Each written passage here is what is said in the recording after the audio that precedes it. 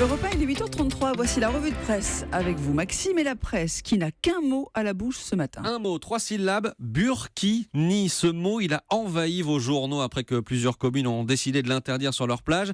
Burkini interdit à Calais et Ouaplage, titre Nord Littoral. Le CAT interdit le burkini, titre l'Indépendant. Le Parisien explique que les premières amendes viennent d'ailleurs de tomber à Cannes, la première ville à avoir interdit ce maillot de bain intégral destiné aux femmes musulmanes. 38 € d'amende pour 3 femmes. C'était ce week-end. Mais au fait, il vient d'où ce burkini ? C'est Libération qui nous l'explique ce matin. Les dessous du burkini, titrant une Libé qui rappelle que c'est une Australienne qui en a eu l'idée en 2003. Elle s'appelle Aeda Zanetti. Le Monde aussi s'intéresse à elle. Sa société en a vendu plus de 500 000 des burkinis en une douzaine d'années, mais elle a surtout été copiée par d'autres marques. Le débat autour de ce burkini qui s'invite aussi dans les éditos.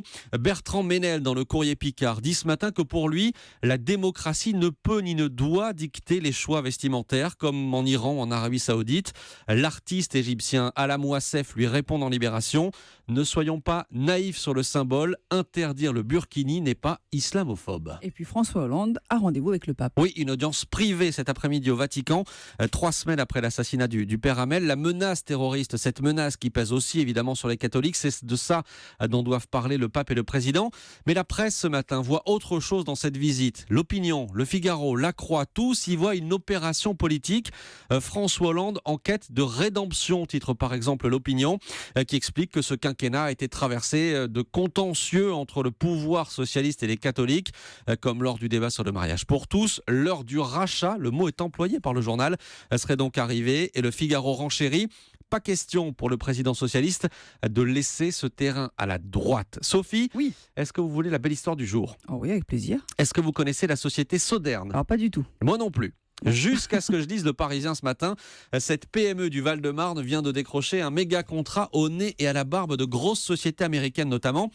Elle va fabriquer des viseurs d'étoiles. C'est beau comme nom. Ces viseurs d'étoiles, ce sont en fait les yeux des satellites. Ils servent aux satellites à se repérer dans l'espace. Il y en a 1800 à fabriquer pour un constructeur de satellites, justement. Ça veut dire 57 emplois créés. Et moi, je dis, vive le Made in France. Toi Maxime, vous n'auriez pas une petite transition pour nous amener tranquillement vers le journal des JO ? Si, et c'est la Voix du Nord qui me l'offre ce matin dans son édito. Olivier Berger nous dit que les sportifs français malheureux se révèlent mauvais perdants et que ça en devient gênant. Savoir perdre avec élégance devrait s'apprendre à l'INSEP. Et la Voix du Nord cite Romain Gary: il est moins grave de perdre que de se perdre. Elle est pas belle ma transition ? Elle est magnifique et vous êtes magique Maxime.